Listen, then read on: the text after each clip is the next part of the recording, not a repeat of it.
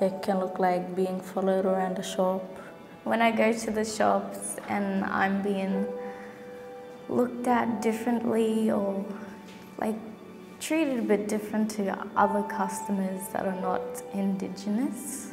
What does it look like? It looks like me sitting in a bus full of people with one seat available next to me, and no one wants to sit next to me. Dad would tell us stories about standing outside the shop and having to wait for a non-Indigenous person to be served first, and when everyone left the shop, then they were allowed to come into the shop and be served. It can look like being set in a different area of class than non-Indigenous kids. It can look like sort of being like left to last, I guess. I think it sounds like there's this really low expectation, there's this really gravel tone to it, which is, oh, typical. Like typical what? Oh, typical drunk. Oh, typical. Like typical what? Oh, not at work.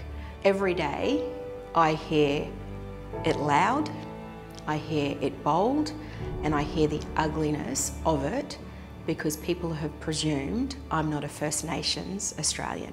It sounds like a real estate agency saying we have no vacancy. Many years ago, we made a phone call to a real estate company on a vacancy, which they said was available. We said we'll be down there in 15 minutes. We arrived, I walked into the real estate company. I asked about the property and its availability.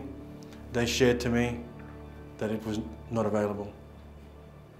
I walked out, my wife, who's from New Zealand, walked back in, asked the same question.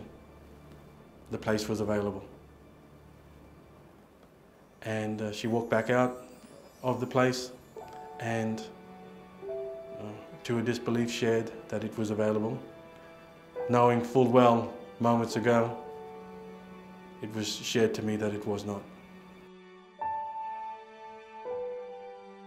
I was upset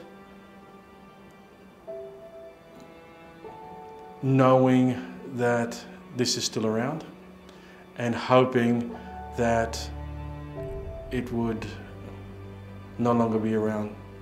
Unfortunately, because of the country and the place that we live in, this type of behaviour is very prevalent. It's general, and sometimes it's more subtle than open.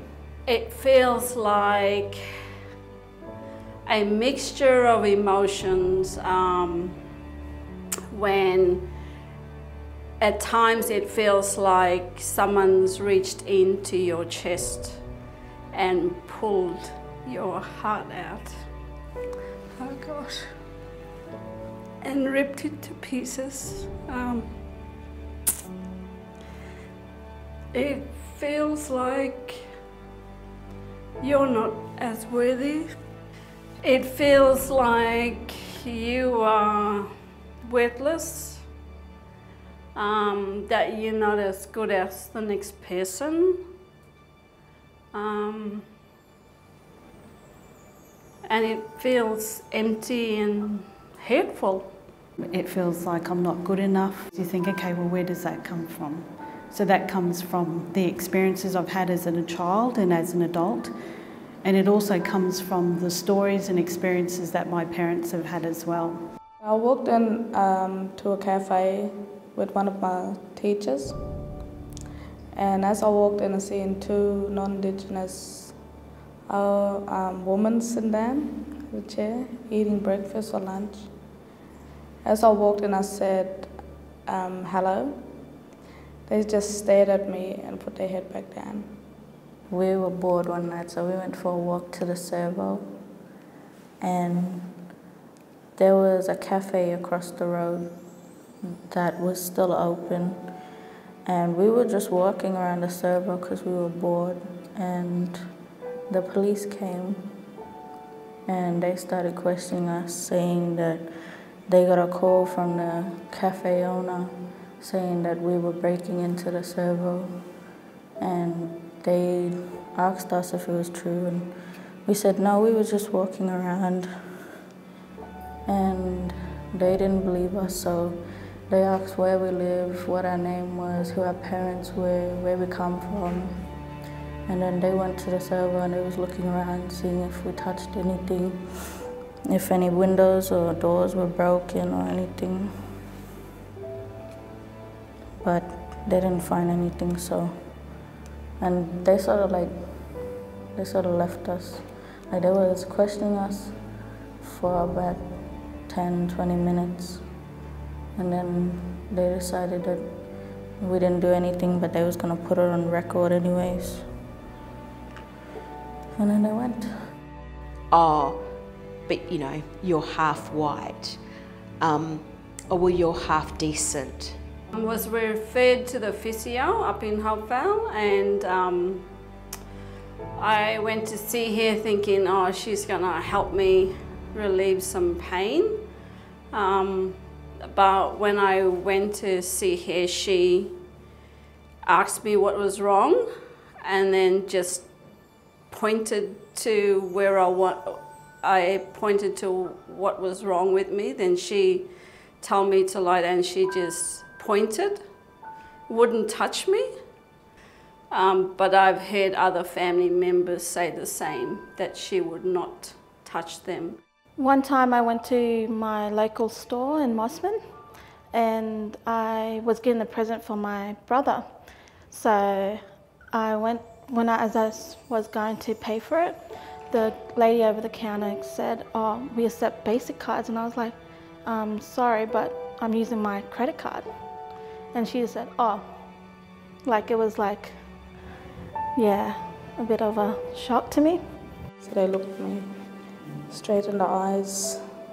And I thought that they was gonna ask for something, like me hoping for me to say something, like, yeah. So I just said hello. I think some of the stores think that we don't have jobs and money and anything, yeah. So they, expect us to, just be paying with basic cards and not cards and our own money. Felt like sort of